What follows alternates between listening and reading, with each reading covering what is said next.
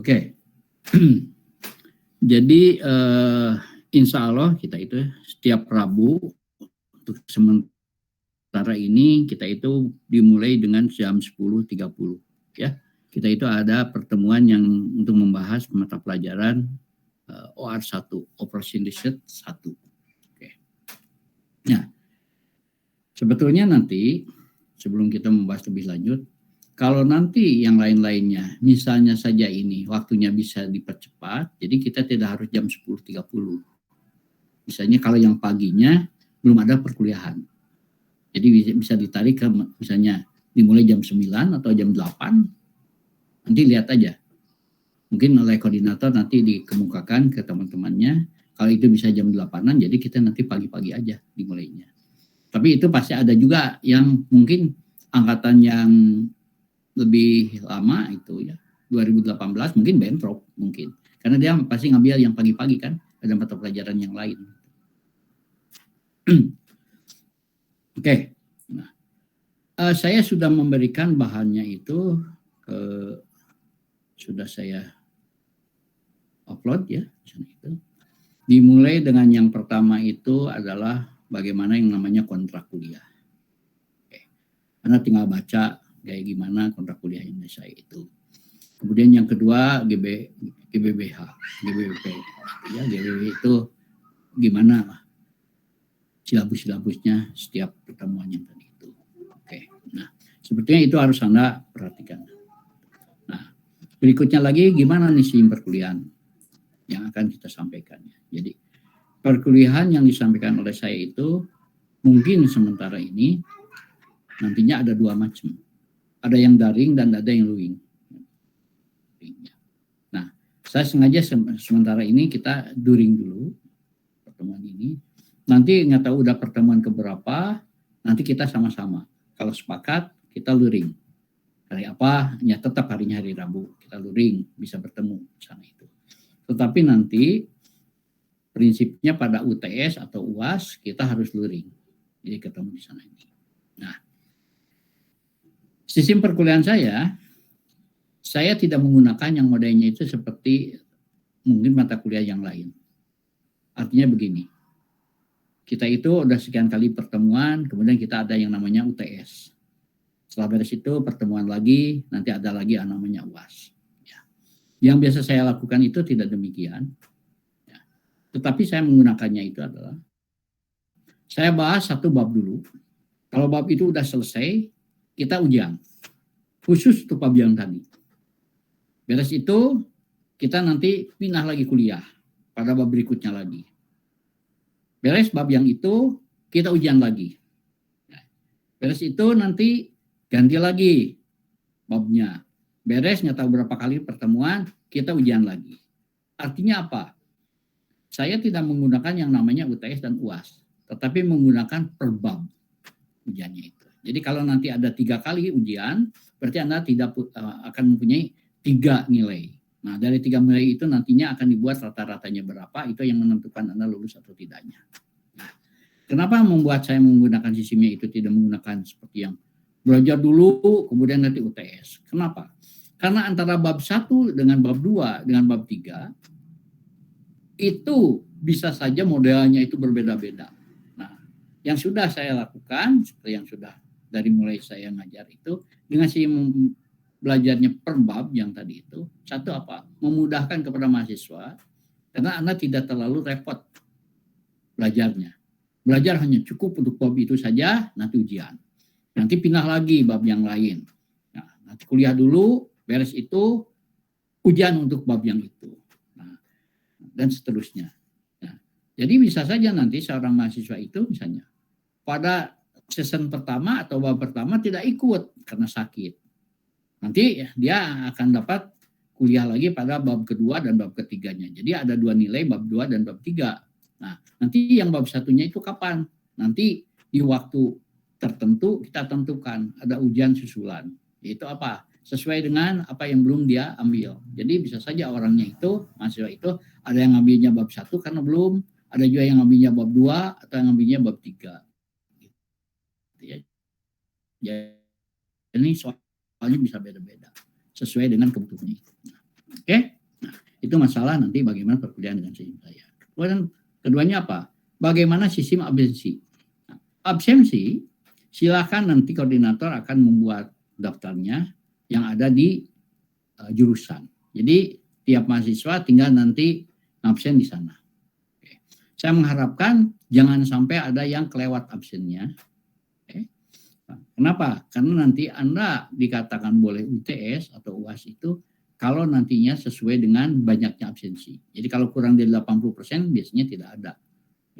Nah, orang yang bisa ujian nanti UTS dan UAS itu biasanya apa? Yang sudah terdaftar di absensi yang tadi itu. Padahal saya kan tidak akan menggunakan modelnya itu UTS, UAS. Karena tadi sekian kali kuliah, misalnya 4 kali kuliah, ujian. 4 lagi dan di kuliah lagi, ujian lagi. 4 lagi kuliah lagi, ujian lagi gitu ya. Jadi ujiannya per bab kalau saya itu. Supaya nanti memudahkan anak itu untuk menghafal. Dan alhamdulillah kan pengalaman dari yang sudah-sudah itu selalu memberikan hasil yang bagus. Jarang yang tidak lulus. Jadi umumnya A atau B. Umumnya A dan B. Oke. Nah, kemarin saya sudah mengupload bahan yang tadi itu. Bahan mengenai OR. Oke. Dimulai dengan bagaimana yang namanya kontrak kuliahnya, kemudian bagaimana GBH ini, GBB-nya, atau yang namanya itu apa sekarang itu, sistem perkuliahannya itu. Nah, berikutnya lagi ada yang dimulai dengan pendahuluan. Oke. Nah, coba Radit bisa di-share yang dimulai dengan pendahuluan.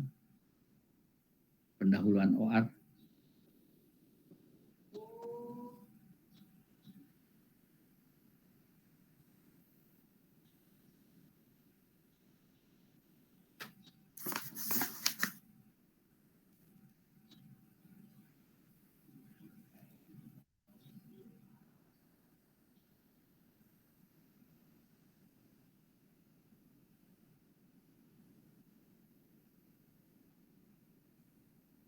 Oke.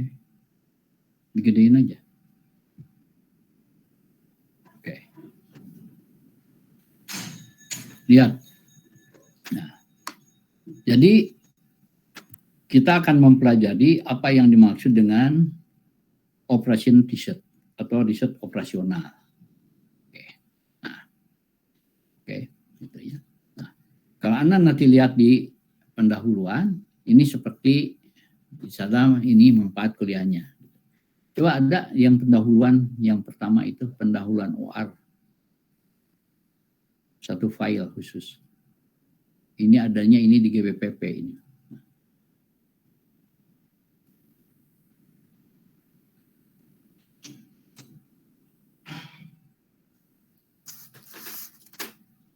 Oke, lihat ya. Saya akan bacakan. Ini. OR atau operation research atau juga disebut dengan metode operation research adalah ilmu pengetahuan sebagai gabungan dari berbagai disiplin ilmu antara lain matematik, ekonomi, fisika, biologi, kedokteran dan lain-lainnya. Nah, yaitu yang bertujuan untuk menyelesaikan suatu masalah. Saya masalahnya pakai tanda petik dengan pendekatan model matematik dan diselesaikan dengan analisis data kuantitatif. Oke, artinya apa? Kalau kita belajar OR atau mempelajari operation research, yang bersangkutan harus punya latar belakang ilmu-ilmu yang lainnya. Kenapa? Karena OR ini adalah sebagai gabungan dari berbagai disiplin ilmu untuk menyelesaikan suatu masalah. Nah, masalahnya apa sekarang itu? Masalahnya nanti bergantung kepada kasusnya. Maksudnya maksud itu. Kalau dia bidangnya kedokteran, ya nanti masalah di dalam bidang kedokteran. Kalau dia masalahnya ekonomi, ya itu dalam bidang ekonomi. Kalau nanti masalahnya misalnya dalam bidang sosial, ya nanti kita bicarakan dalam bidang sosial. Oke. Nah, jadi kita belajar yang namanya mencari masalah, sebetulnya itu masalah itu adanya di mana? Adanya di pelajaran metodologi penelitian. Nah, artinya apa? orang belajar OR seharusnya itu bukan pada semester 3. OR biasanya digunakan pada saat yang bersangkutan akan mengambil atau akan menulis tugas akhir. Apakah dia skripsi, tesis, atau disertasi yang nanti pendekatannya menggunakan OR gitu. Nah, makanya sekarang inilah yang jadi masalahnya, sehingga OR itu sekarang itu tidak bersatu. Sehingga saya bagi menjadi 2, ada yang namanya OR1, ada OR2. Karena sebetulnya dulu yang namanya operation dessert itu hanya satu aja, OR aja operation dessert. Dan itu kurang lebih ada 24 kali pertemuan. Jadi ada 24 kali pertemuan yang kait-mengkait antara satu pertemuan dengan pertemuan yang lainnya. Gitu. Nah, dengan diturunkannya sekarang itu OR ke semester, Anda itu semester berapa ya sekarang itu? 3 ya? 3 atau 4?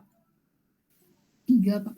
Ini yang angkatan 2021 berarti semester berapa ini? Coba. Semester 3, Pak. Semester berapa itu?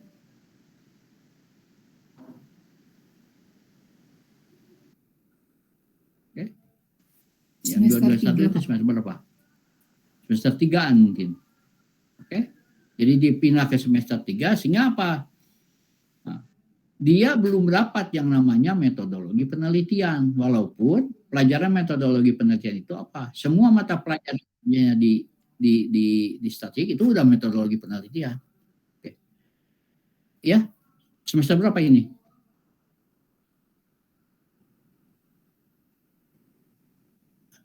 Siapa aja? Bicara aja. Semester berapa ini? Yang 2021 semester 3 ya? Iya Pak, semester 3. Oke. Ya.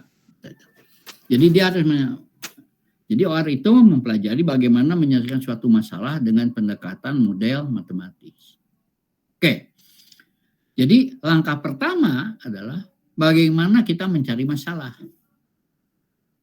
Nah, masalah akan diperoleh dari mana? Dari metode penelitian. Jadi kalau Anda misalnya nanti mau buat skripsi, pasti pertama itu akan mencari apa? Masalahnya apa nih yang harus saya tulis dalam skripsi itu? Atau penelitiannya apa? Nah, itu mencari masalah. Jadi tidak gampang mencari masalah itu. Nah, kalau masalahnya sudah ada, maka dari masalah itu diselesaikan dengan merubah model masalah itu menjadi suatu model. Yang modelnya itu adalah model matematik. Nah, seperti Anda pernah dulu yang disebut dengan persamaan garis. Nah, itu kan model persamaan garis. Jadi gimana kalau ada garis A dan garis B atau titik A, titik B, dibuat persamaannya. Nah, contohnya apa? A dan B. Bagaimana masalahnya? Bagaimana menghubungkan A dengan B? Nah, masalahnya adalah menghubungkan A dengan B misalnya. Itu 2 titik. Artinya apa? Buatlah garis yang melalui A dan B. Buat garis apa? Secara matematik bisa dicari model persamaan garisnya. Nah, kalau itu sudah ketemu modelnya yang tadi itu, kita selesaikan dengan analisis data kuantitatif secara statistik. Nah, di sini banyak gabungannya itu. Sehingga apa? Belajar OR harus sudah dapat kalkulus 1, kalkulus 2, kalkulus 3. Nanti harus juga sudah mendapatkan statmat 1-2 statmatnya. Dan juga teori pengujian hipotesis. Tapi nanti di OR 1 belum sampai ke sana. Nanti baru di OR 2-nya yang nanti akan mencakup ke sana. Oke. Nah, itu ya. Jadi harus diselesaikan dengan analisis data kuantitatif. Nah, akibatnya apa? Dengan demikian, sebelum kita harus sudah mempunyai wawasan dengan ilmu lainnya agar dapat menentukan masalah yang akan kita selidiki. Kalau Anda perhatikan dari yang tadi di atas, tadi apa? Masalah yang tadi sudah saya ketemukan, itu bisa ditemukan mana? Kalau kita sudah belajar metodologi penelitian. Kemudian apa? dari masalah yang tadi dirubah masalah menjadi suatu model. Nah, akibatnya apa? Kalau Anda ada masalah, maka Anda harus mencari dulu variabel-variabel apa yang ada dalam masalah yang tadi. Contoh, ya, seorang kedokteran atau dokter ingin melihat apakah ada enggak hubungan antara tinggi badan dengan berat badan. Jadi masalahnya apa? Dia mau melihat hubungan antara tinggi badan dengan berat badan. Akibatnya apa? Kalau masalahnya yang tadi, maka variabel yang ada dalam masalah yang tadi itu apa? Yaitu satu, tinggi badan, dan yang kedua, berat badan. Nah, akibatnya apa? Untuk menyelesaikan hubungannya itu, kita selesaikan dengan analisis data kuantitatif secara statistik. Artinya apa? Artinya antara berat dan tinggi, datanya harus data kuantitatif. Nah, yang gimana data kuantitatif itu? Dipelajari statistik. Bagaimana dipelajarinya itu? Saya balik lagi. Anak dulu sudah dapat yang namanya pengertian mengenai data. Oke. Coba data itu apa? Silakan. Terjemahkan. Siapa aja ngomong aja. Apa itu data? Oh, boleh. Anda bicara aja nanti. Jangan kagok dengan saya, sistemnya gitu. Bicara aja. Apa itu data? Saya ingin tahu dulu. Pak, mau coba jawab. Enggak. Oh. Data itu kumpulan informasi yang apabila diolah dengan benar akan berguna gitu, Pak. Oke, lihat ya. Anda mengatakan data itu adalah kumpulan informasi. Ya. Kalau yang namanya informasi adalah data yang telah diolah. Nah, kalau data udah diolah, itu menjadi informasi. Nah, jadi ada apa? Ada stuck barusan yang Anda. Saya juga tidak mengatakan bahwa Anda itu salah, tidak. Tapi kalau yang namanya informasi adalah data yang telah diolah, sehingga memberikanlah menjadi informasi. Contoh apa? Ada data, nilai segala macam. Dia mengatakan setelah diolah, ini menyatakan bahwa kalau nilainya sekian adalah lulus. Nah, data yang tadi apa? Data yang sudah diolah, jadi informasi. Jadi, saya balik lagi. Kalau yang namanya data adalah keterangan mengenai sesuatu hal. Awas, data adalah keterangan mengenai sesuatu hal. Bisa berupa data kuantitatif atau berupa angka, bisa juga tidak berupa angka. Jadi data itu adalah keterangan mengenai suatu hal. Dia bisa berupa angka, bisa juga tidak berupa angka. Nah, akibatnya apa? Kalau datanya berupa angka, maka data yang itu disebutnya data kuantitatif. Tapi kalau datanya bukan berupa angka, contohnya misalnya gambar, grafik, maka datanya kualitatif. Nah, jadi data itu keterangan mengenai suatu hal bisa berupa angka, bisa juga bukan berupa angka. Nah, kalau si data yang tadi diolah sehingga nanti menjadikan satu keterangan, maka data itulah yang disebut dengan informasi. Bisa diikuti? Oke. Nah, kita masih lihat. Jadi saya akan berbicara kepada statistik dasar dulu. Kalau kita punya data, apakah datanya itu kualitatif ataupun kuantitatif, maka data yang tadi dia mempunyai yang namanya skala pengukurannya. Nah, ini yang harus hati-hati. Data tadi mempunyai skala pengukurannya. Nah, saya sudah berikan di sini. Skala pengukuran data itu ada 4. Itu apa? Dimulai dengan skala nomina, kemudian skalanya ordinal, kemudiannya skalanya interval, dan skalanya rasio. Oke. Tadi data itu apa? Data bisa kuantitatif, bisa kualitatif. Kuantitatif kalau dia berupa angka. Kualitatif kalau dia tidak berupa angka. Awas, kita harus hati-hati. Data yang sifatnya kualitatif, jadi apa? Data yang kualitatif itu apa? Data yang bukan angka, itu bisa kita ubah menjadi kuantitatif. Contoh, data mengenai jenis kelamin. Keluarnya apa datanya? Kualitatif. Laki-laki atau perempuan. Oke, kalau itu di manusia. Topik ada juga yang bisa jantan, betina, hemafrodit. Jadi dia tidak mempunyai, tidak laki, tidak jantan, tidak betina, hemafrodit. Nah, itu biasanya dalam biologi. Nah, kita harus hati-hati. Saya sebut aja tadi, datanya kualitatif, jenis kelamin, sebut saja pada manusia. Datanya hanya 2, laki-laki atau perempuan, kualitatif. Maka data yang tadi bisa dikuantitatifkan, dirubah menjadi angka. Yaitu apa? Diberi skor. Misal, laki-laki 1, perempuan 0. Atau terbalik, perempuan 1, laki-laki yang 0. Nggak jadi masalah. Maka apa yang harus Anda perhatikan? Data yang barusan, betul datanya kuantitatif, angka. Tapi dia tidak bisa dijumlahkan dengan yang lainnya. Karena harus hati-hati. Contoh,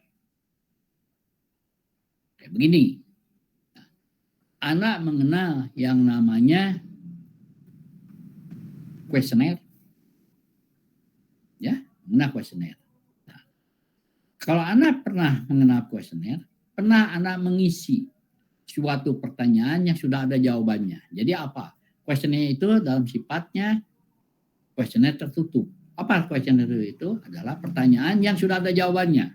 Anda tinggal pilih jawabannya itu. Ternyata apa? Ada yang kuesioner jawabannya itu biner atau skalanya nominal. Seperti begini, ada pertanyaan jawabannya ya atau tidak. Jadi seseorang hanya tinggal menjawab ya atau tidak. Tidak boleh dua-duanya. Pilih salah satu. Tapi juga ada pertanyaan modelnya begini, kemudian jawabannya apa? Sangat setuju, setuju, cukup setuju, tidak setuju, sangat tidak setuju. Maka datanya apa itu? Maka dia skalanya adalah skalanya ordinal. Sehingga apa? Data yang tadi, kalau nanti menjawab, itu, apa bisa dikuantitatifkan? Bisa, kita scoring. Gimana scoringnya itu? Kalau tadi ada 5 pilihan, bisa saja 5, 4, 3, 2, 1. Atau 1, 2, 3, 4, 5.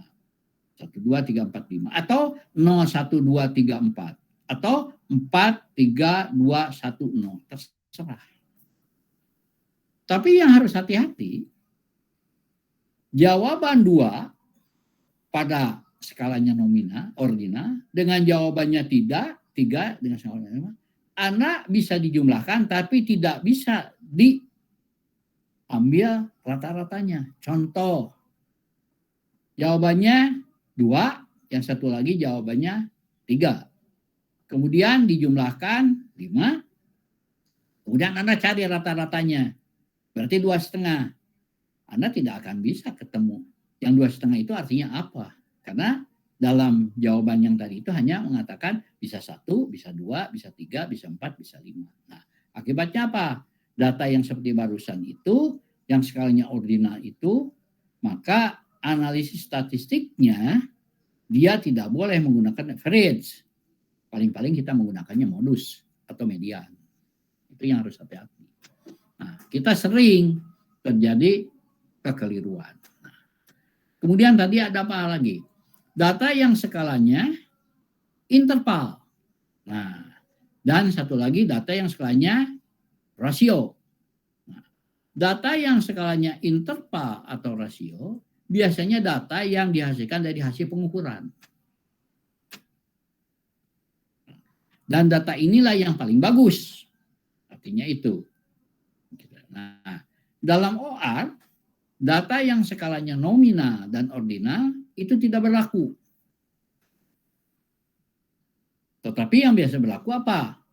Data yang skalanya interval, atau rasio. Jadi analisis data kuantitatifnya itu adalah analisis data kuantitatif untuk data yang skalanya interval dan rasio.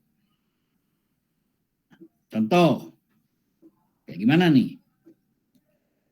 Masalah di OR, nah, tadi masalah itu ada tanda petik, nanti ada 4 masalah yang akan diselesaikan dalam OR.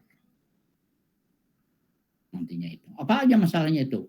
1 nanti itu, yang namanya inventory. Yang kedua namanya alokasi. Yang ketiga namanya transportasi. Dan yang 4 yang namanya antrian. Jadi ada 4 masalah yang utama yang dalam OR akan kita pelajari. Kalau Anda baca cuma 4, simpel. Tetapi apa? Setiap masalah yang tadi modelnya bisa aja sampai dengan 12. Setiap masalah. Nanti bicara inventory, itu ada 12 model. Nanti masalah alokasi, minimal itu ada 4 model. Masalah transportasi, itu ada 3 model. Masalah antrian, itu banyak sekali modelnya. Makanya kalau itu digabungkan semuanya, mabok. Oke, kita balik lagi ke atas. Nah, jadi analisis data kuantitatif secara statistik itu adalah nanti kalau datanya harus yang berskalanya interval atau rasio. Contoh kayak begini. Pabrik menghasilkan barang. Berapa banyaknya barang yang dihasilkan? Misalnya saja 1 juta. Jadi berapa? Jelas. Barang yang dihasilkannya adalah 1 juta. Nggak boleh. Berapa banyaknya barang yang dihasilkan? Banyak sekali, sedang, sedikit. Nah, bingung. Walaupun banyak sekali boleh. Oleh kita itu pakai scoring. Banyak sekali 3, sedang 2, sedikit 1. Tidak dihasilkan berarti 0. Nah, jadi harus keluar angka yang sebenarnya. Oke. Jadi itu yang akan nanti menjadi pedoman Anda di dalam menyelesaikan suatu masalah riset operasional. Nah, khusus untuk TRO 1, Anda akan saya berikan pelajaran itu adalah hanya untuk 3 model, 3 masalah. Yaitu masalah inventory, keduanya adalah masalah alokasi, dan yang ketiganya masalah transportasi. Padahal tadi saya udah bicarakan ada 4 masalah, yang satu lagi antrian. Antrian nanti diberikannya di TRO 2. Karena itu menyangkut nantinya pengujian hipotesis dan segala macam. Nah, itu dulu. Sementara mengenai tadi latar belakang. Jadi artinya apa sekarang itu? Artinya, Anda harus menguasai bagaimana kalau suatu model, nah, kenapa tadi? Masalah yang tadi akan dirubah menjadi suatu model matematik. Nah, artinya kalau masalahnya sudah ada, Anda harus bisa menentukan variabel-variabel apa saja yang ada dalam masalah tersebut. Oke. Saya banyak berbicara misalnya dalam kedokteran. Seseorang ingin melihat, seorang dokter ingin melihat seseorang itu sehat atau tidak. Maka variabel yang menjadi tolok ukur melihat kesehatan itu ada teorinya. Misalnya apa? Suhu tubuh, tekanan darah, bisa gitu ya. Tekanan darah, suhu tubuh, trombosit, wah segala macam itu banyak. Jadi bisa banyak multivariate analisisnya. Sehingga tidak menutup kemungkinan dalam OR kita menggunakan multivariate analisis. Kalau kita melihat model, bisa aja modelnya multivariate analisis. Oke. Silakan. Sebelum saya lanjutkan, ada pertanyaan nggak? Silakan. Apa yang barusan saya sampaikan. Itu baru berbicara latar belakang. Ya. Silakan. Supaya nanti anak jelas. Kayak gimana itunya.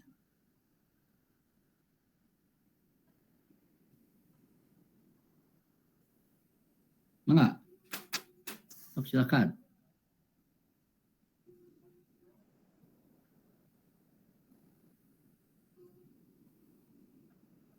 Oke. Baik, kalau sudah ada, kita masih balik lagi. Tadi sudah kita bicarakan masalah yang akan dibahas dalam metode operasi riset 1 ini ada 3 kan tadi, yaitu inventory atau persediaan, kedua alokasi, dan yang ketiga adalah transportasi. Nah, nanti yang namanya inventory itu ada 5 model. Jadi ada 5 model mengenai inventory yang akan kita pelajari. Artinya kalau setiap model itu adalah 1 kali pertemuan, berarti inventory itu harus 5 kali pertemuan. Antara 4 atau 5 pertemuan. Nah, nanti kalau udah beres, 4 atau 5 kali pertemuan, berikutnya lagi kita kuis atau ujian mengenai inventory.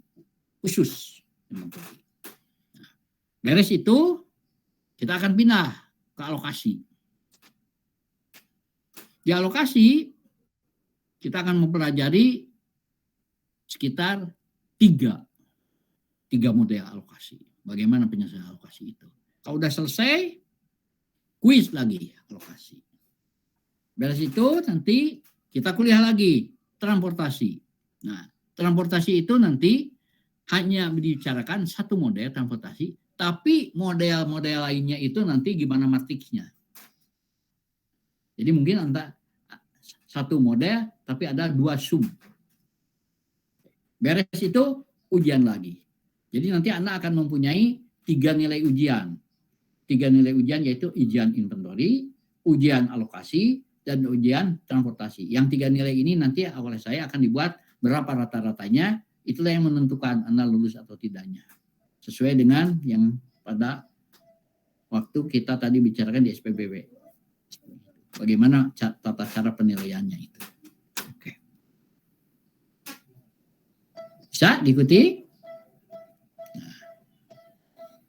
Kalau bisa, kita mulai dengan yang namanya model persediaan. Oke. Silakan di-share model persediaan. Oke. Kita mulai. Apa nih model persediaan itu? Awas, namanya model ya. Kita mulai dengan pendahuluannya. Oke, ya. Masalah umum dalam model persediaan selalu bersumber dengan kejadian-kejadian yang terjadi setiap saat, khususnya di bidang usaha perdagangan maupun industri. Jadi inventory ini atau persediaan itu selalu berhubungan dengan masalah perdagangan dan industri.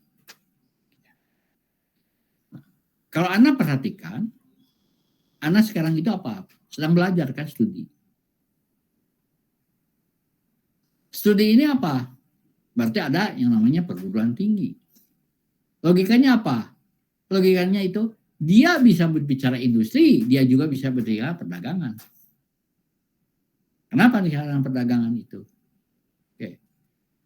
Karena kita belajar di pendidikan tinggi, berarti apa? Pendidikan tinggi yang tadi itu kan biasanya menjual. Contohnya, kenapa Anda repot-repot ingin ke Unpad, bukan ke yang lainnya? Nah, kayak begitu. Menjual. Jadi ini dagang, cuma dagangnya dagang apa nanti? Dagang ilmu di sini. Kita kaitkan dengan industri, biasa dikatakan hasil produknya itu adalah apa? Sarjana. Jadi seolah-olah perguruan tinggi itu merupakan suatu pabrik juga kan, pabrik yang menghasilkan sarjana-sarjana. Nah, akibatnya apa? Di dalamnya pasti ada persediaan-persediaan. Contoh persediaan apa? Persediaan untuk misalnya saja kalau Anda ingin belajar itu perlu apa? Fasilitasnya itu komputer yang ada di jurusan atau di suatu lembaga, perpustakaannya, buku-buku yang ini. Kalau Anda ujian membutuhkan ketersediaan, itu harus ada persediaannya. Termasuk juga tenaga pengajarnya. Tenaga pengajar itu menjadi persediaan juga. Oke, ya. Nah, kita teliti. Kejadian-kejadian yang timbul antara lain terjadinya barang yang terlalu banyak atau mungkin juga terlalu sedikit untuk memenuhi para langganannya. Nah, jadi saya ini berbicara apa? Berbicara pada masalahnya itu dalam perdagangan atau industri. Orang berjualan, sebut aja yang menjual barang X, maka dia harus menyediakan barang X yang tadi itu. Semakin banyak barang X yang dia sediakan, resikonya apa? Bukan resiko, keuntungannya. Dia mengharapkan mendapatkan keuntungan yang gede. Kenapa? Karena barang yang tadi itu, kalau dia persediaannya banyak, kalau nanti dibutuhkan, pasti dia bisa memenuhi kebutuhan yang tadi itu. Kalau setiap kebutuhan yang tadi itu memberikan keuntungan, berarti apa? Untungnya tambah gede. Nah, cuma apa sekarang itu? Kalau semakin banyak barang yang tersedia, punya resiko. Apa resikonya itu? Resikonya barang yang tersedia yang tadi itu misalnya tidak laku, keburu busuk, ya bukan untung nantinya, rugi. Jadi artinya apa? Kalau persediaannya berlebihan, punya resikonya barang yang tadi tidak laku. Atau barang yang tadi itu menjadi stag. Atau barang yang tadi itu apa? Melebihi batasnya.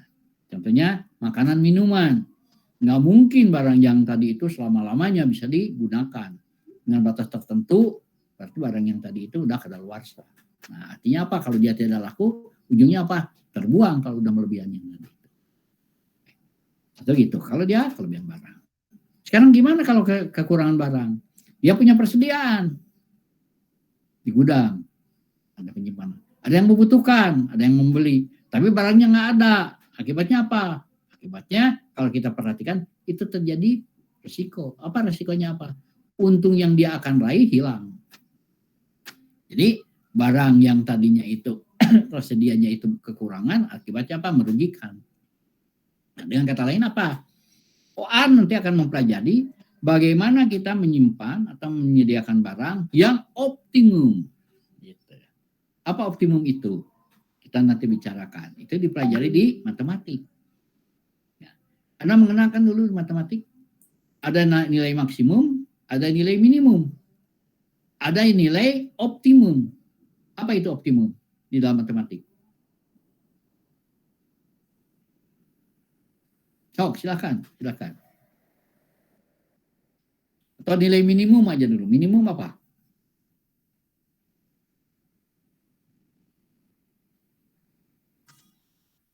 Oke, silakan. Nilai terkecil, Pak. Oleh nilai kecil. Maksimum? Nilai terbesar, Pak. Nah, kalau optimum? Nilai yang seimbang. Oke. Optimum itu adalah nilai atau sesuatu yang mempunyai constraint. Nilai sesuatu yang mempunyai constraint. Apa constraint itu? Mempunyai syarat. Gitu. Contoh kayak begini. Anda punya duit nih. Ya. Anda mau beli komputer. Yang inginnya gimana?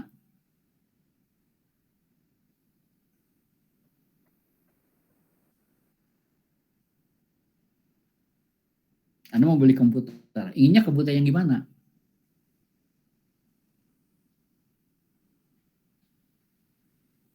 Gaming, Pak. Oh, apa? Yang gimana? Yang speknya bagus, Pak. Nah, berarti gitu kan?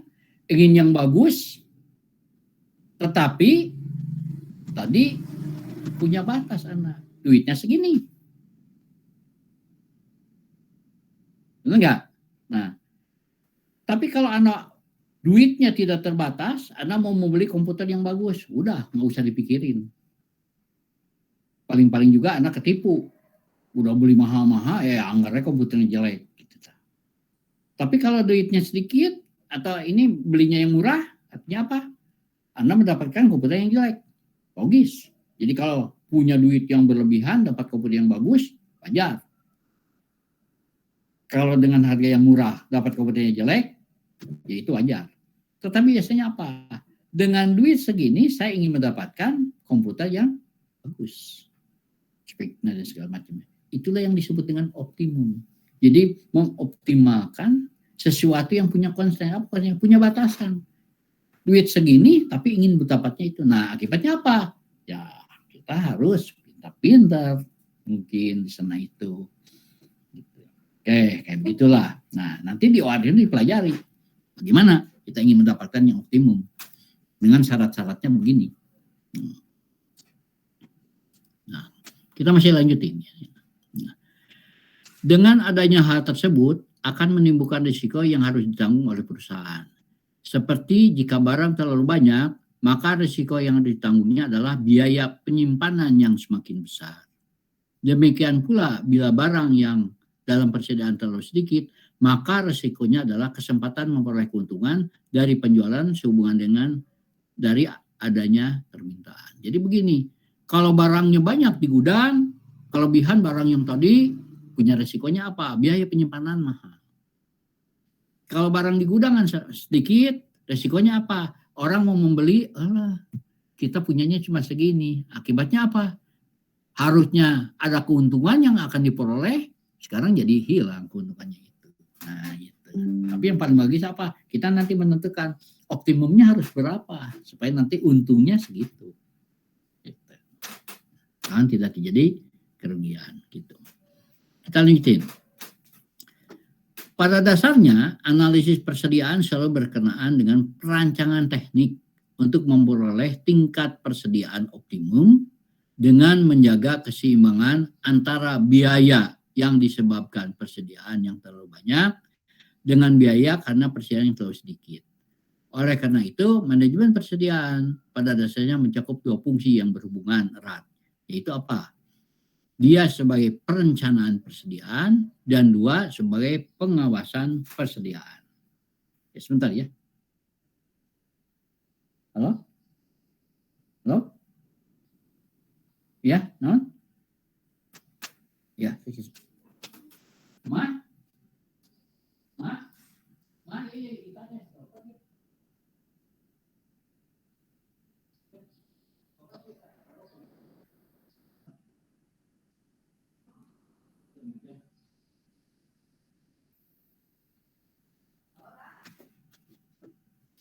Maaf ya, itu cucu saya teh sakit ya, dibawa ke rumah sakit, nggak tahu nih hasilnya gimana.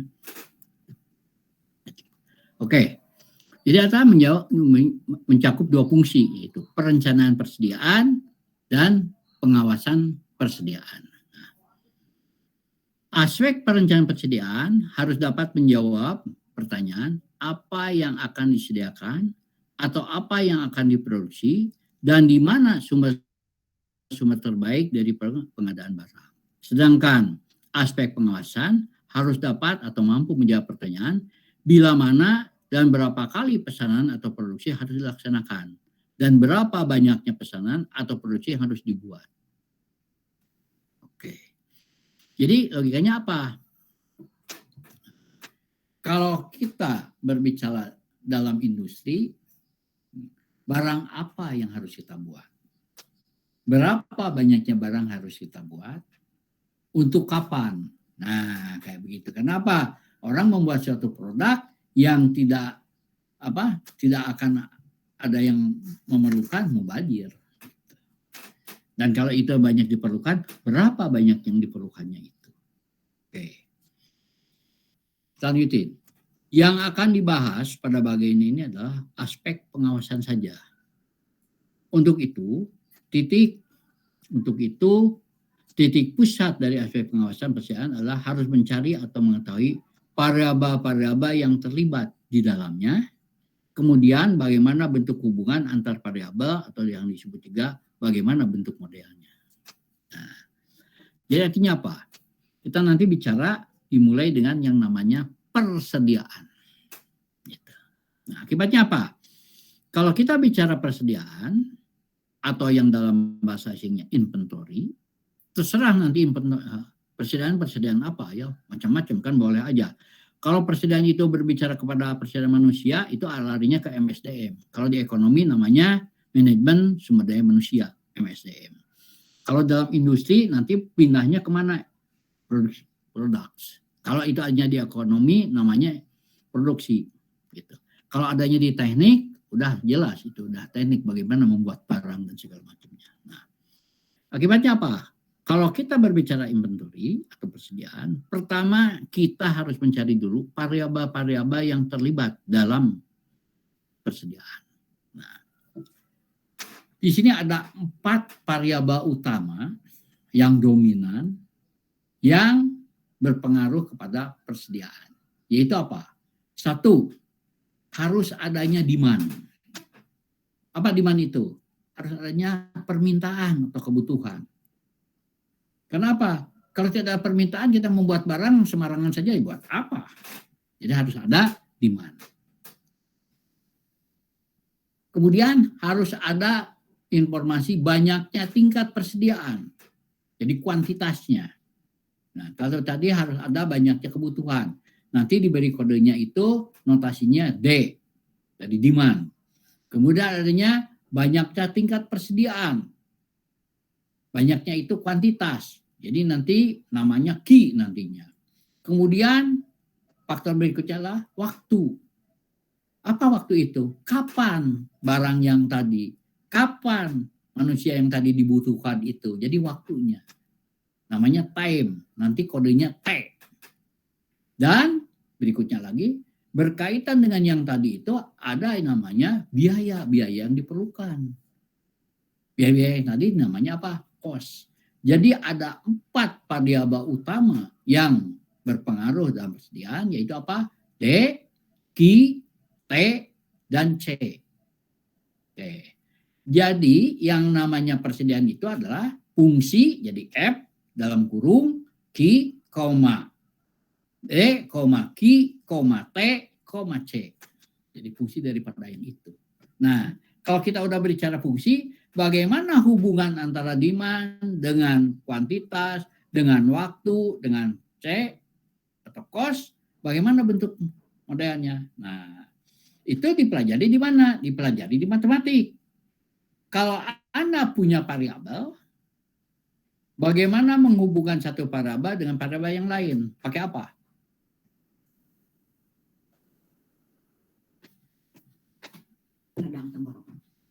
Pakai apa?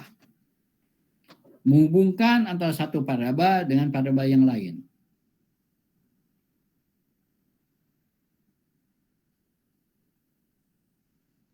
Pakai apa?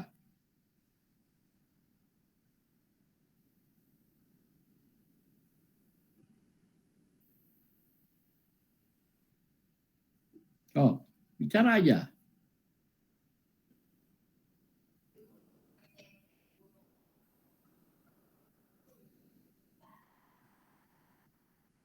Tadi saya udah berikan contoh tadi. Dokter ingin melihat hubungan antara berat badan dengan tinggi badan. Pakai apa nih?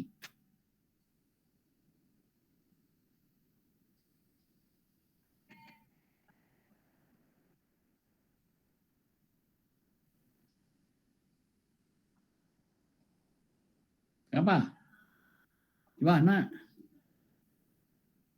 Menghubungkan berat. Regresi bukan, Pak. Apa? Regresi bukan, Pak. Oke, Anda mengatakan pakai regresi. Regresi itu apa sih?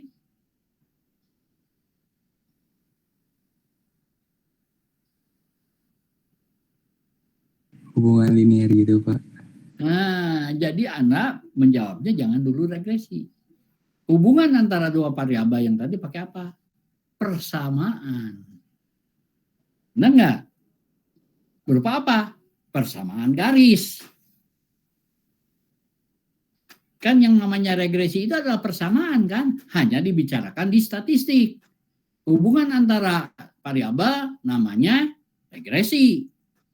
Kata statistik yang berbentuk persamaan garis. Jadi hubungan antara dua variabel bisa berupa persamaan. Dipelajari di matematik. Yaitu persamaan itu. Yaitu apa? Ada 2 model persamaan. Apa modelnya? Kalau Anda punya Dua titik dihubungkan, titik A dan titik B, dibuat persamaannya. Ada dua model persamaan, apa?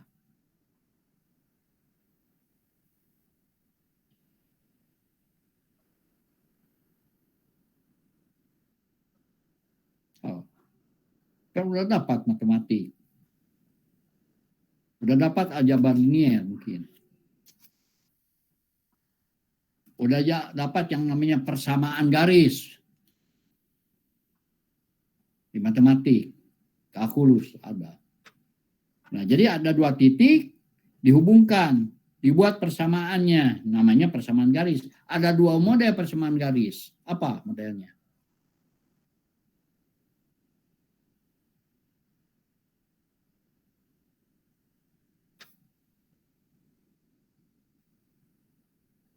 Oh, model persamaan garis itu ada dua. Yang gampang aja.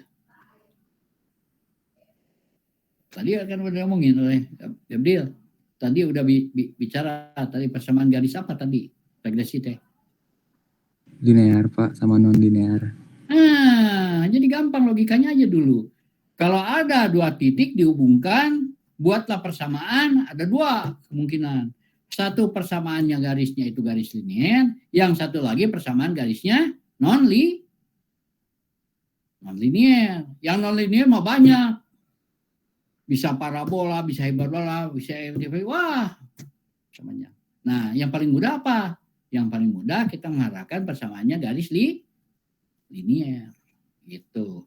Makanya tadi hubungan antara dua variabel itu paling aman menggunakan apa? Persamaan garis regresi linear. Gitu. Kenapa? Kalau dia merupakan persamaan garis regresi linear, berarti apa? Analisnya panjang. Bisa dicari korelasinya. Bisa dicari kuatnya korelasi yang tadi signifikan atau tidak dan segala macamnya. Gitu. Tapi begitu anak modelnya itu tidak linear, tempo-tempo kita ingat sulit. Modelnya apa ini? Parabola, hiperbola, atau gimana? Nanti kaitannya kayak gimana? Makanya di statistik, di regresi, sudah kita pelajari. Kita mengharapkan suatu persamaan garis itu, persamaan garis itu yang linear. Kemudian yang linear itu apa? Kalau dia linear, ada alat ujinya, apakah garisnya itu benar linear atau tidak, diuji secara statistik. Kalau udah oke linear, bisa cari kuatnya hubungan. Keluar korelasinya. Korelasinya udah ketemu. Benar enggak korelasi itu signifikan atau tidak bermakna? Ada alat ujinya lagi. Panjang kan dongengnya. Nah, kita bicara orang jadi orang saya, kita harus bisa ke sana. Bukan nanti hanya, Pak saya ngitung begini, udah. Begitu beres ngitungnya apa ini? Nggak tahu. Karena ada persamaan gini. Bukan itu. Oke, nah sekarang ini apa tadi? Kita variabelnya ada 4. Ada D, ada Q, ada T, dan ada C. Nah, di dalam model yang akan kita bicarakan, kita akan menggunakan modelnya apa? Bukan model yang non-linear, tapi model yang linear. Jadi dianggap modelnya linear. Udah. Kalau modelnya linear artinya apa? Dia berupa garis lurus. Kalau dia berupa ya berupa fungsi. Nanti kita cari fungsinya kayak gimana. Anggap aja dia linear. Gitu. Oke, nah kita lanjut ini. Variabel kebutuhan sifatnya ada yang telah diketahui.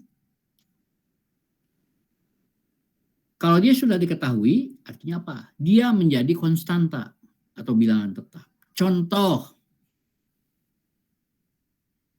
setiap bulan Anda memerlukan, misalnya saja, memerlukan, sebut saja, sabun untuk mencuci. Berapa sabun yang tadi itu sebutnya 1 kilo. Jadi jelas. Persediaannya adalah 1 kilo. Yang 1 kilo apa itu? Sifatnya diketahui. Ada juga yang sifatnya tidak tentu. Kayak gimana yang tidak tentu itu? Contoh ya. Oke. Mungkin angkatan 21 itu dulu pernah nggak kuliah di Jatinangor? Sudah pernah kuliah di Jatinangor? Belum kan? Belum pernah kan? Oke. Kalau nanti udah kuliah di sana itu ada kantin di bawah gitu. Terkena itu kantin Bu Cucu. Anak-anak suka makan di sana. Si kantin yang tadi apa? Menjual, sebut aja namanya nasi goreng.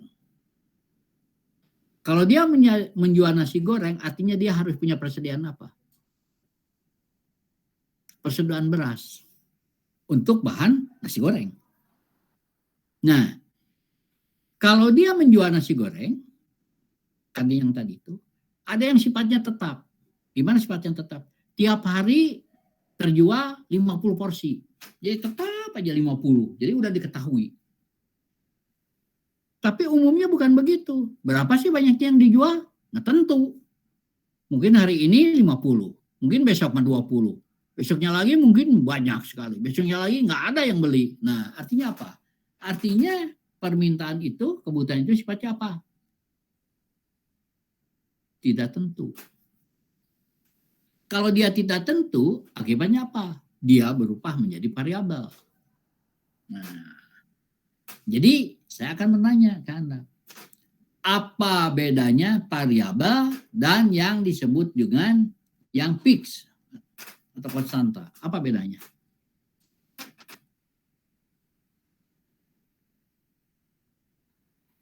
Apa bedanya konstanta dengan variabel?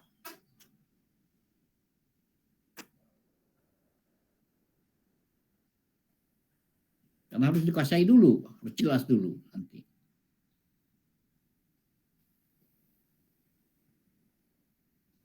Lihat, variabel konstanta apa?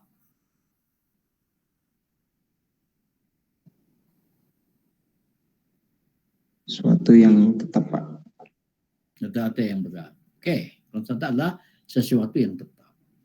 Kalau yang namanya variabel, Itu bisa diubah-ubah, Pak. sesuatu yang berubah-ubah. Itu namanya variabel. Contoh, di badan kita ada yang namanya variabel. Apa?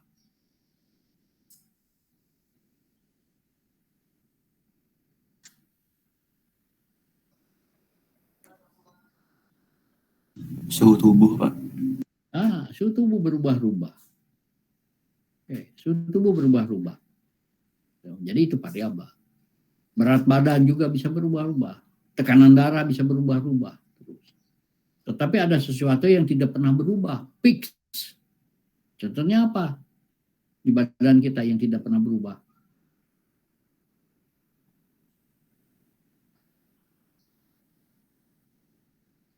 Apa kira-kira?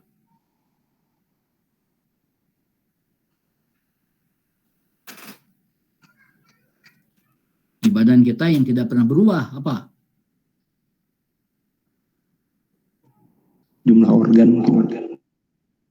Bukan, mau organ coba doa suka. Umur bukan, Pak. Jenis kelamin tidak pernah berubah. Suka kemarin perempuan, sekarang jadi laki-laki. Itu kan gampang. Gitu. Tidak pernah berubah-ubah. Gitu. Tapi kalau umur, berubah nggak? Berubah, Umur Pak. itu apa? Iya, variabel. Sayang, dulu saya ngajar juga, selain OR, ngajar ekologi kuantitatif. Ada yang namanya T. T itu waktu. Waktu itu menunjukkan waktu kehidupan. Dikit nih saya. Dan dalam ekologi kuantitatif itu, kita itu bisa membuat suatu model hubungan antara kehidupan. Nah, modelnya itu apa? Dia sifatnya eksponensial gitu. Tahu eksponensial? Jadi naik terus. Contohnya apa? Kita gampang aja lihatnya itu. Pada waktu kita lahir, gede nggak? Nggak kan bayi? Terus tumbuh kan? Udah tumbuh apa? Stag, tidak pernah meningkat lagi. Stag terus. Udah stag apa nantinya? Satu saat mundur ke bawah. Ujungnya apa? Tadi kan lahir, stag, Kemudian apa ujungnya? Meninggal, Pak. Meninggal. Artinya apa? Kita sebagai makhluk hidup, semuanya adalah ngantri. Ngantrinya apa? Ngantri mati. Dan peluang mati pasti. Secara statistik, peluang mati itu apa? 1. Anda semuanya, termasuk kita, pasti mati. Peluang matinya pasti 1. Yang beda itu apa? T-nya. Kapan matinya? Tiap orang kita tidak tahu, hanya yang di atas yang tahu. Makanya kalau kita punya prinsip di sana, kita tidak akan jahat. Tidak akan melakukan suatu kecurangan yang nggak benar. Takut pada waktu kita nggak benar, mati. Itu. Makanya saya ngajar dulu hanya ekologi sama ini. Nanti dikaitkan dengan OR itu apa? Di OR 2 ada yang namanya antrian. Jadi kita itu sebetulnya hidup di sini itu apa? Ngantri. Semuanya juga. Ngantri untuk mati. Cuma T-nya yang kita tidak tahu. Ada yang cepat, ada yang tidak. Ini hanya urusan yang holik ya. Yang di atas. Oke. Nah, tadi katakan apa? Kalau kebutuhan yang tadi itu diketahui berapa banyaknya, jadi kebutuhan itu bersifatnya konstan. Tetapi kalau kebutuhan yang tadi itu sifatnya tidak tentu, berubah-ubah, maka kebutuhan yang tadi itu sifatnya variabel. Nah, biasanya kalau kebutuhan bersifatnya tidak tetap variabel, kita muncul yang namanya variabel acak. Nah, pertanyaan saja, apa itu variabel acak?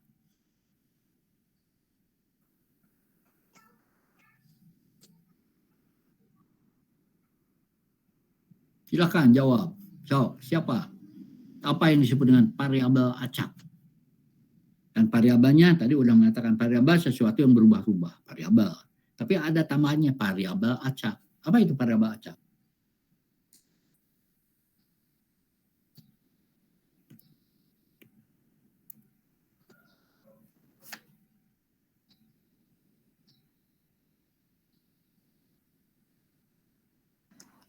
Coba jawab, Pak. Gimana ini? Oke. Ini sesuatu yang dapat berubah-ubah dan berasal dari kumpulan kejadian acak. Nih, lihat. Variabel acak itu adalah variabel yang diikuti oleh peluangnya.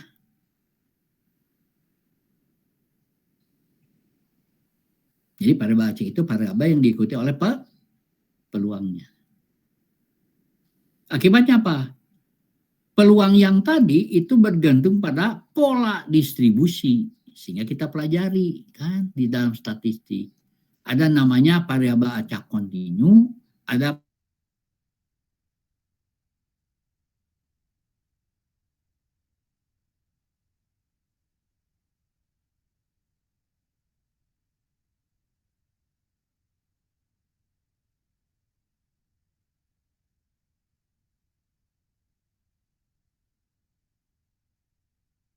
norma.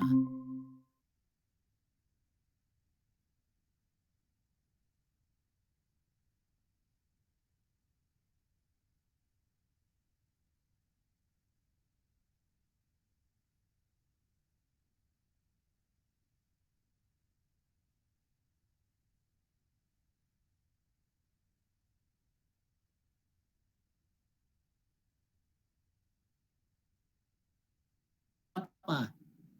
Hipergeometri atau multinomial. Kalau nanti sesuatu yang berubah-ubah yang tadi itu sifatnya jarang terjadi, tapi random yang tadi itu kejadiannya, dia apa? Mungkin polanya apa? Polanya Poisson.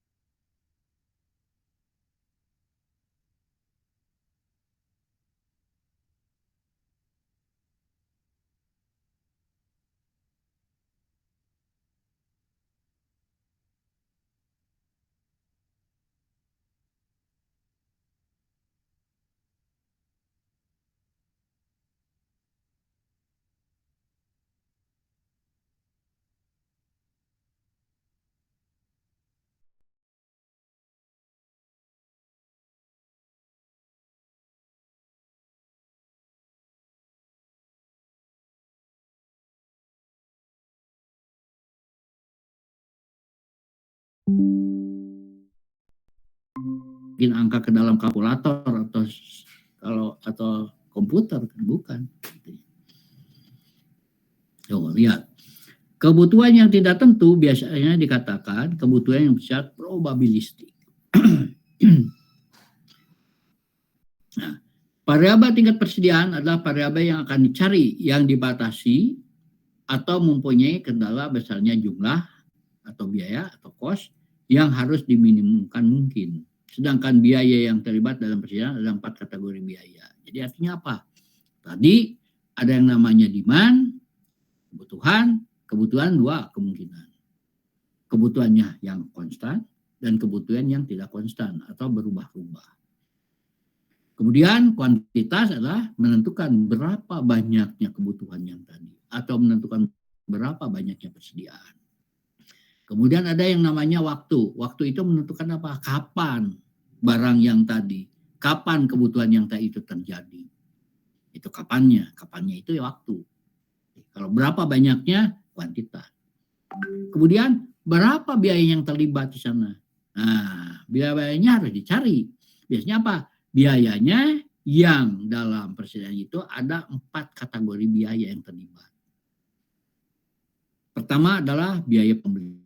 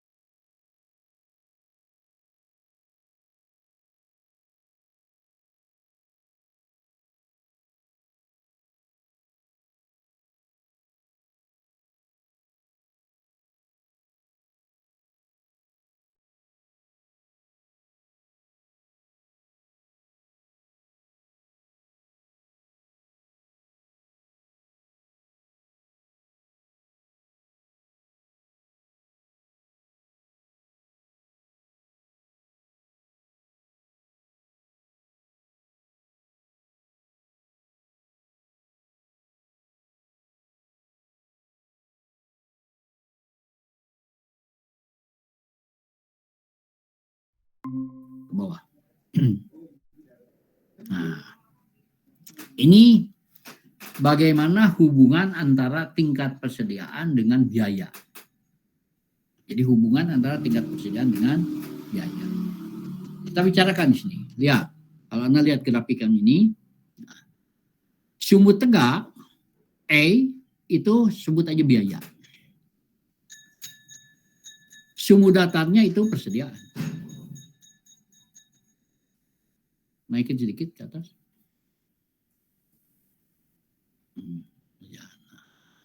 Oke. Biaya penyimpanan itu berbanding lurus dengan banyaknya persediaan. Artinya apa? Semakin banyak persediaan, semakin besar biaya penyimpanannya. Contoh, kalau saya nyimpan barang semalam di satu gudang itu adalah 10 rupiah kenanya, casnya. Jadi kalau ada 100 barang berarti 100 kali 10. Artinya apa? Semakin banyak tingkat persediaan, semakin besar biaya penyimpanannya.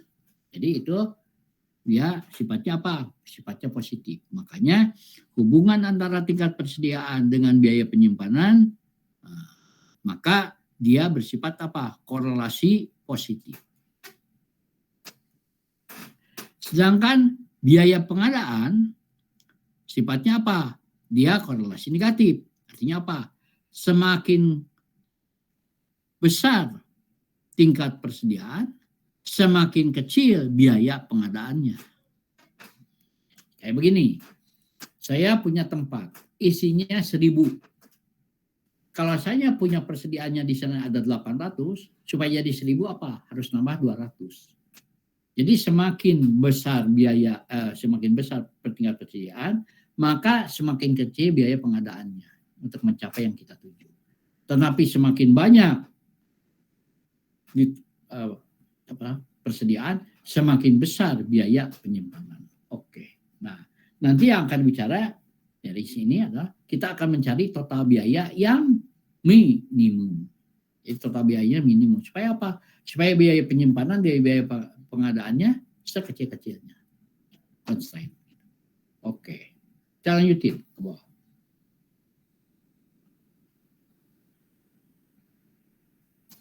Oke. Nah, kalau Anda perhatikan gambar yang di atas ini, gambar ini menunjukkan adalah diagram atau grafik untuk model. Model apa? Model persediaan. Nah, grafik ini biasanya disebut juga namanya itu, dia dikenal dengan namanya grafik EOQ atau model EOQ. Dari singkatan Economic Order Quantity. Economic Order Quantity. Artinya apa? Diagram ini adalah menunjukkan untuk masalah persediaan. Kalau dia persediaan namanya Economic Order Quantity. Jadi apa? Pengorderan yang bersifat ekonomis. Apa ekonomis? Itu murah. Nah, model yang ini, grafik ini juga bisa disebut namanya model ILS. Apa ILS itu? Economic Lot Size. Apa size itu? Size itu ukuran. Lot itu apa? Ukuran lot yang ekonomis. Jadi artinya apa? Kalau ILS itu, dia berbicara kepada industri atau produksi. Makanya ILS nanti banyak dikaitkan, atau OR ini banyak dikaitkan dengan nantinya itu quality control. Pengelolaan kualitas. Jadi orang kalau nanti Anda mengenal yang namanya quality control, misalnya dengan Pak Yuyun, ini bisa nanti mencari hubungan antara bagaimana skripsi yang berkaitan dengan kebutuhan atau tingkat persediaan yang quality controlnya kayak begini.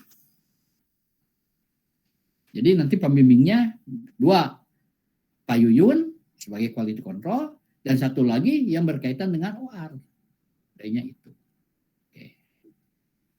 Kita lanjutin.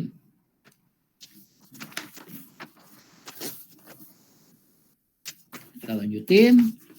Sekarang dimulai dengan model persediaan. Ya. Untuk membahas model-model persediaan, perlu atau terlebih dahulu diperkenalkan beberapa simbol atau notasi yang akan dipergunakan dalam rumus-rumus. Jadi ini notasi-notasi nanti yang ada dalam rumus. Dimulai dengan simbolnya itu D. Tadi sudah dibicarakan. D itu apa? Jumlah seluruh yang dibutuhkan. D itu dari demand. Ada jumlah seluruh yang dibutuhkan atau demand dalam satu periode waktu T. Jadi T-nya itu apa? Periode waktu. T-nya apa itu? Tadi time. Jadi D berkaitan dengan waktu. Tapi waktunya kapan? Waktunya T. Awas, T-nya tulisannya T huruf besar. Q.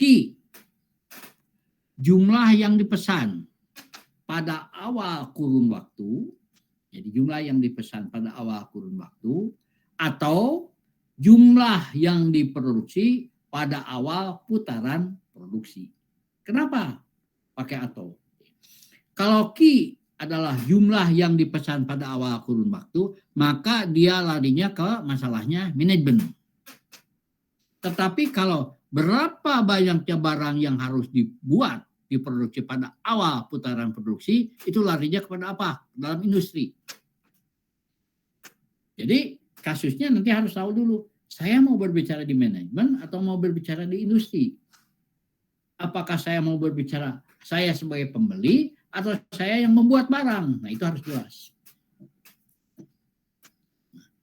Kemudian ada yang namanya key, indeksnya O. Key optimum, key nol saya sebutnya. Adalah jumlah pesanan optima atau jumlah produksi optima. Tuh, kalau jumlah pesanan optima, kalau kita sebagai pembeli kan, manajemen, berapa banyak barang yang harus saya beli? Tapi kalau saya yang membuat barang, berapa banyaknya barang yang harus saya buat? Yang optimum. Gitu. Kemudian ada lagi R. R adalah jumlah yang diperlukan pada tiap kurun waktu. Nanti kita bicara apa yang disebut dengan kurun waktu itu. L, tingkat persediaan pada awal kurun waktu. Kemudian ada lagi yang namanya L0, tingkat persediaan pada awal, tingkat persediaan awal optimum. Gitu. Sebentar ya, ada azan dulu.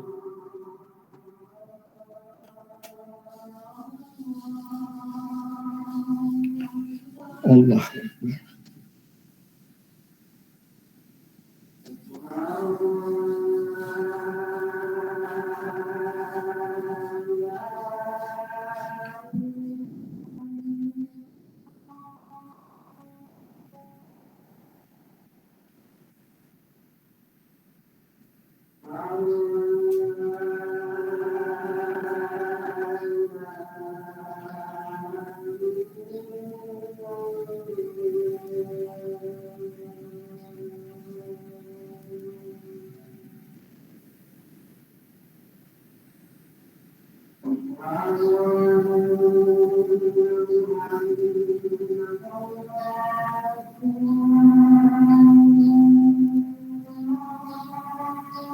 Bismillahirrahmanirrahim.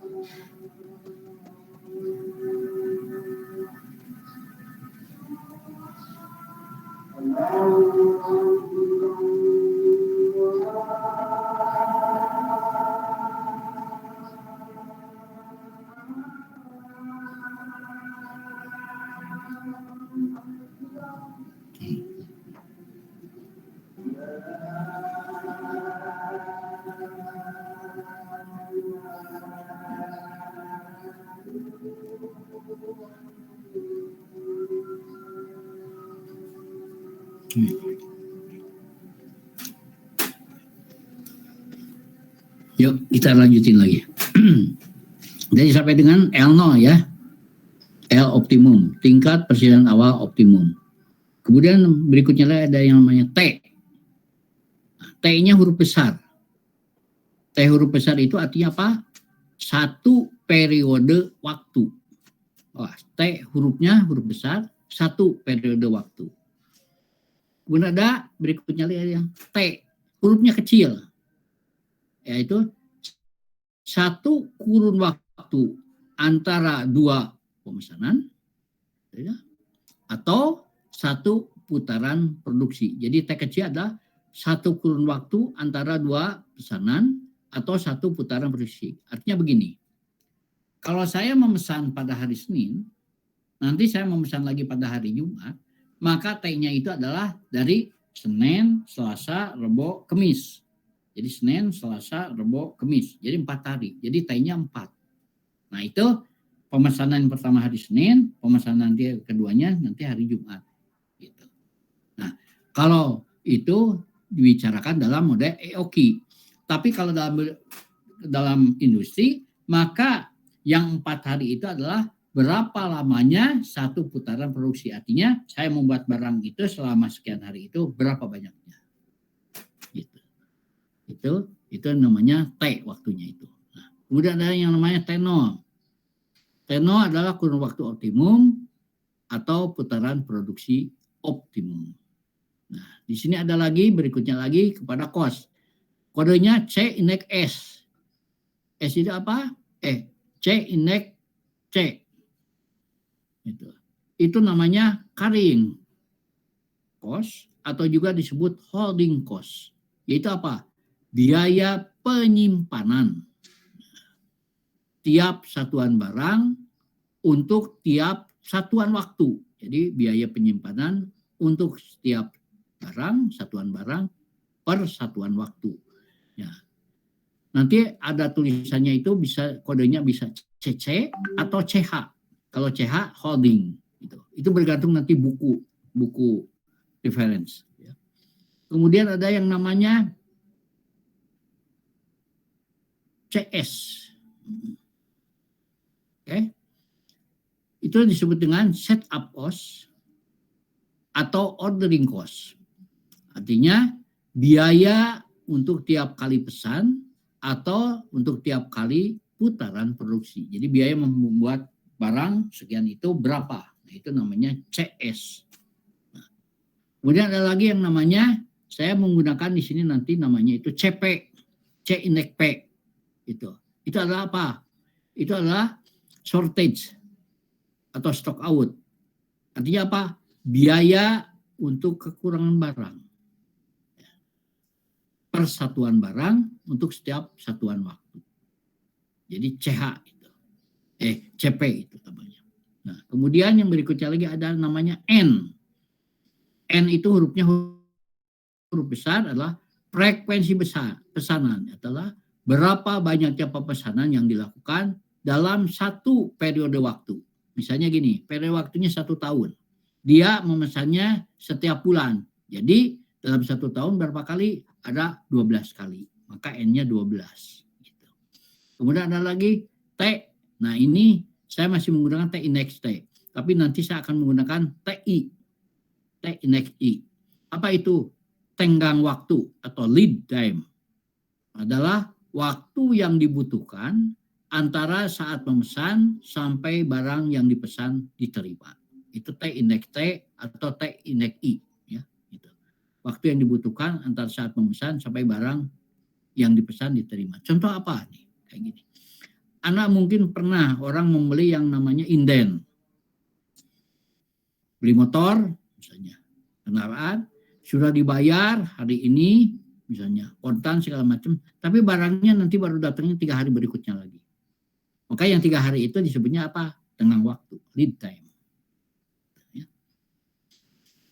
Oke. Nah, ini notasi ini harus dihafalkan. Oke, harus apa di luar kepala ya, supaya nanti tidak memusingkan. Oke. Baik.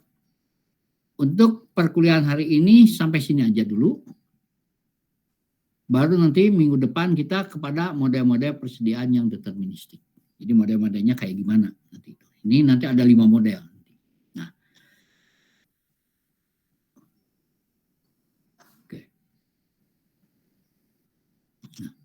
Coba ke peserta ini, apakah ini nanti minggu depan ini bisa enggak kalau ini diturunkan waktunya menjadi pagi-pagi, lebih pagi? Bisa enggak? Kalau itu bisa, nanti silakan. Anda obrolkan dulu jam berapa. Jangan sampai nanti ada juga yang dianya bentrok, jadi nggak bisa. Saya juga nggak enak ya, gitu ya. Supaya nanti kalau ini bisa pagi-pagi, berarti nanti jam 10-an udah selesai kita kuliah. Kalau sekarang kan nanti potong sama sholat duhur dan segala macamnya. Nah, perkuliahan yang saya ini nanti tidak harus selalu 2,5 jam, tidak. Tiba-tiba saya bisa aja hanya 90 menit udah selesai. Kenapa? Masalahnya udah selesai. Nggak harus ditambah-tambah lagi, nanti pusing. Silakan nanti kalau bisa ini nanti sama Radit aja nanti informasikan ke saya setelah nanti dengan teman-temannya bicarakan kalau bisa. Kalau nanti misalnya ada yang nggak bisa jangan sampai nanti. Enggak, kalau tidak ada lagi kita akhiri saja pertemuan ini. Oke. Dengan ucapan wabillahi taufiq wal hidayah. Wassalamualaikum warahmatullahi wabarakatuh. Waalaikumsalam Pak. Terima kasih banyak Pak. Terima kasih Pak. Terima kasih.